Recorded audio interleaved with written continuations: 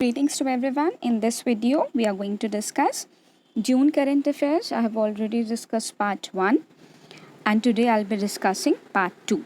I have discussed NSA Act 1980, Decentralization and Recruitment Act, Draft List of Intangible Cultural Heritage, and today we'll be discussing that 100% quota for tribal teachers. Supreme Court has recently quashed this quota. Supreme Court ने कहा है कि 100% tribal teachers नहीं हो सकते हैं tribal areas में, ठीक है। तो इसको जब सुप्रीम कोर्ट ने क्वैश किया तो किसका किसका साइटेशन दिया है, क्या क्या बोला है। बोल रहा है कि सुप्रीम कोर्ट ने बोला है कि आर्टिकल 14 इससे वायलेट होगा, आर्टिकल 15 आपका वायलेट होगा, और कौन कौन सा आर्टिकल्स आपके वायलेट होंगे, आर्टिकल 15, 16 भी वायलेट होगा, और इसी के साथ साथ 15 का पार्ट 4 और 16 का भी पार्ट 4 वायलेट होगा। तो हम देख लेते हैं ये कौन कौन से आर्टिकल्स हैं जिनको सुप्रीम कोर्ट ने बोला है कि वायलेट होगा। Let me tell you. सबसे पहले तो आर्टिकल 14 क्या है, इक्वालिटी बिफोर लॉ। आर्टिकल 15 क्या है, prohibition of discrimination. And what is article 16 कि equality of opportunities in matters of public employment.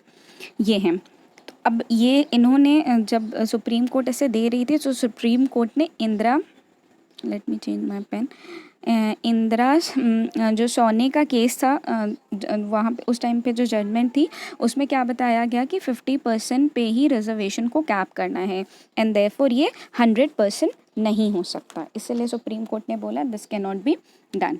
और पैराग्राफ 5(1) क्या कहता है, पैराग्राफ 5(1) शेड्यूल 5 का, जो कि ट्राइबल एरियाज से के बारे में बात करता है, उसमें क्या है कि जो लेजिस्लेचर है स्टेट का, ये स्केड्यूल एरिया में या तो किसी भी पार्ट में अप्लाई नहीं करेगा कुछ ऐसी मॉडिफिकेशन जो कि रेट्रोस्पेक्टिव इफेक्ट में होंगी, ठीक है। तो अभी यही किया है इन्होंने कि नॉन ट्राइबल टीचर्स भी अपॉइंट हो सकते हैं। पहले होता था कि नॉन ट्राइबल टीचर्स अपॉइंट पहले प्रेजेंट ही नहीं होते थे, इसलिए उनको अपॉइंट नहीं किया जाता, तो उनको डिफ़िकल्टीज़ होती थी। लेकिन अब क्या होने लगा है कि उनका अपॉइंटमेंट होने लगा है, तो वहाँ के लोग क्या कर रहे हैं, आंध्र प्रदेश के लोग क्या कर रहे हैं कि अपोज कर रहे हैं कि ट्राइबल एरियाज़ में सिर्फ और सिर्फ ट्राइबल टीचर्स को ही पढ़ाना चाहिए। तो this has been recently quashed by Supreme Court. So next is e NAM. अब ई नाम में क्या करा गया है कि सेंट्रल गवर्नमेंट ने कुछ न्यू फीचर्स लॉन्च किए हैं। व्हाट इज़ ई नाम, इलेक्ट्रॉनिक नेशनल एग्रीकल्चर मार्केट। इसमें कुछ न्यू फीचर्स लॉन्च किए हैं, वो हम देख लेते हैं क्या क्या है। सबसे पहला तो क्या है, electronic negotiable warehouse receipt module. ये क्या है, इलेक्ट्रॉनिक नेगोशिएबल वेयरहाउस रिसिप्ट, जिसको कि ENWR भी कहते हैं, ठीक है। अब इसमें क्या है, ये ट्रेडिंग मॉड्यूल होगा जिसमें पेमेंट फीचर भी होगा ताकि स्मॉल और मार्जिनल फार्मर्स डायरेक्टली ट्रेड कर सकें जो भी उनने स्टोर प्रोड्यूस करके रखा है, और जो उन्होंने सेलेक्ट किया है WDRA यानी कि वेयर हाउस जो उन्होंने सेलेक्ट किया है उसमें, और डिक्लेयर कर सकें market by the state, okay. Farmers will be able to place their produce in WDRA accredited warehouses, ये उसमें प्लेस कर सकेंगे। सो नेक्स्ट क्या है, next is benefits of EWR's integration with E-NAM। अब इसमें क्या है कि डिपॉजिटर क्या कर सकते हैं, लॉजिस्टिक एक्सपेंसेस को सेव कर सकते हैं और बेटर इनकम कमा सकते हैं, और जो फार्मर्स हैं आपके वो अक्रॉस द नेशन अपने प्रोड्यूस को सेल कर सकते हैं ताकि उनको बेटर प्राइस मिल सके, और जो मंडी में हैसल होती है, मंडी में जो हैसल आप समझ रहे हो, तो उससे भी अवॉइड कर सकें, ठीक है।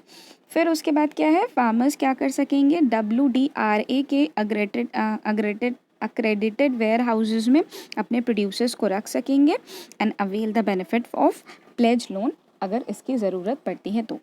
Price stabilisation by matching supply से वो प्राइस को भी स्टेबलाइज कर सकते हैं। एक और नई चीज़ क्या रखी गई है, FPO यानी कि farmers producers organisation trading module. इसमें ये क्यों रखा गया है, ताकि जो FPOs क्या कर सके, अपलोड कर सके अपना produce from the premise collection centres of bidding, यहाँ से ये अपलोड कर सकेंगे उसकी फ़ोटो, ओके, या रिपोर्ट। फिर उसके बाद क्या है, नेक्स्ट है कि benefit of FPO trading module. अब इसका बेनिफिट क्या होगा कि ये ऑनलाइन पेमेंट फैसिलिटी हो जाएगी और जिससे कि ईज़ ऑफ डूइंग बिजनेस और भी प्रमोट होगा। नेक्स्ट क्या है, लॉजिस्टिक मॉड्यूल है। अब लॉजिस्टिक मॉड्यूल क्या कह रहा है कि जो ट्रेडर्स को अच्छा खासा प्रोविज़न मिला है ताकि ये लार्ज लॉजिस्टिक एग्रीगेटर प्लेटफॉर्म से जुड़ सकें। और बेनिफिट्स ऑफ लॉजिस्टिक मॉड्यूल क्या है कि सीमलेस ट्रांसपोर्टेशन है, जो भी आपका एग्री प्रोड्यूस है उसको बहुत आराम से ट्रांसपोर्ट किया जा सकता है और बिना किसी हैसल के। और इंटर स्टेट ट्रेड भी प्रमोट होगा इनाम के इन प्रोविजन से। So next article is GI tag. अब हम लोग बात कर लेते हैं GI टैग रिसेंटली किसको किसको मिला है। कश्मीर साफरन को। सबसे पहले तो ये कश्मीर साफरन है, ये कहाँ मिलता है, करेवा हाईलैंड्स में मिलता है कश्मीर के, ठीक है। ये कल्टिवेट किया जाता है और हार्वेस्ट किया जाता है वहीं पर करेवा हाईलैंड्स में, ठीक है।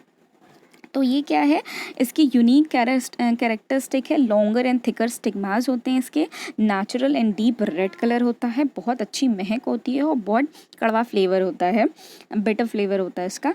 केमिकल फ्री प्रोसेसिंग है इसकी और हाई क्वालिटी क्रोसन है इसमें, ठीक है। क्रोसन की स्पेलिंग लिख दूँ मैं, CROCIN। हाई क्वालिटी क्रोसन है इसमें जो कि कलरिंग स्ट्रेंथ है, सेफ्रेनल है जो कि फ्लेवर है, एंड पिप्रोक्रोसिन यानी कि इसमें बिटरनेस है। ये 3 चीज़ें हैं। और अगर हम लोग इंटरनेशनली देखें तो इंटरनेशनली ईरान इसका लार्जेस्ट प्रोड्यूसर है।